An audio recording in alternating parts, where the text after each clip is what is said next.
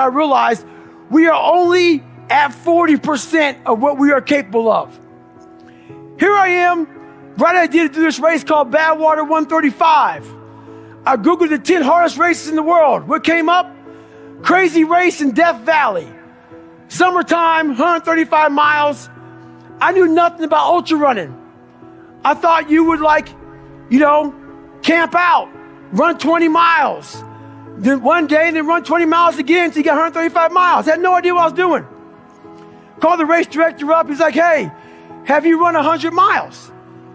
I was like, what, in a week or what? What are you talking about? He's like, no, in 24 hours or less. I said, no. He goes, you got to qualify to get in this race. You have to run 100 miles in 24 hours or less. He was trying to call my bluff. I call him up on a Wednesday. He goes, hey, there's a race in San Diego on Saturday where it's a 24-hour race where you run around, a track, a 1-mile track for 24 hours. And if you get 100 miles, I will consider you in my race. It really helps to be smart, people.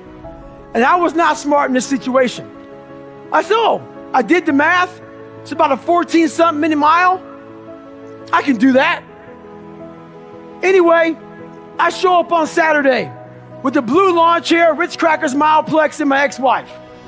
And every mile I'm going to see her, I'm going to grab some Ritz Crackers and some Mileplex. I know what the hell I'm doing, but it's bliss. That whole ignorance is bliss thing. So I get to 70 miles pretty damn fast. I get to 70 miles in like 12, 13 hours. What do you think happens to your body when you haven't trained for that kind of mileage?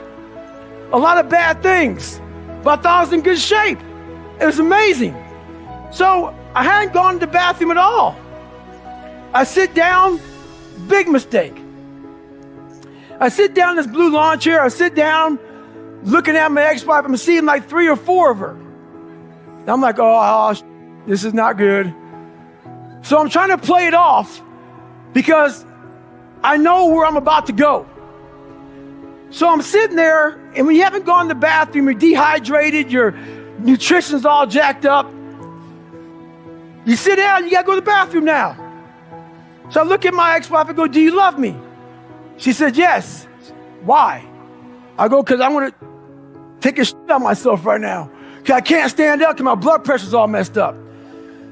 So I'm sitting there literally pooping up my back and peeing blood down my leg. She's a nurse, so she's concerned. And I'm telling you right now, there's one thing you never want to hear as a black person. She said, you're starting to turn white. So I'm sitting there and I'm all jacked up. And I'm like, okay, how in the world am I I got 30 miles to go. I should quit, but I didn't. What I started doing through this whole process was I started to study myself in the dark times.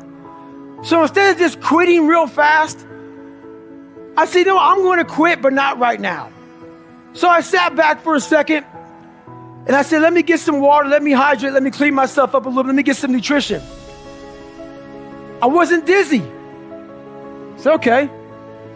My feet are all messed up.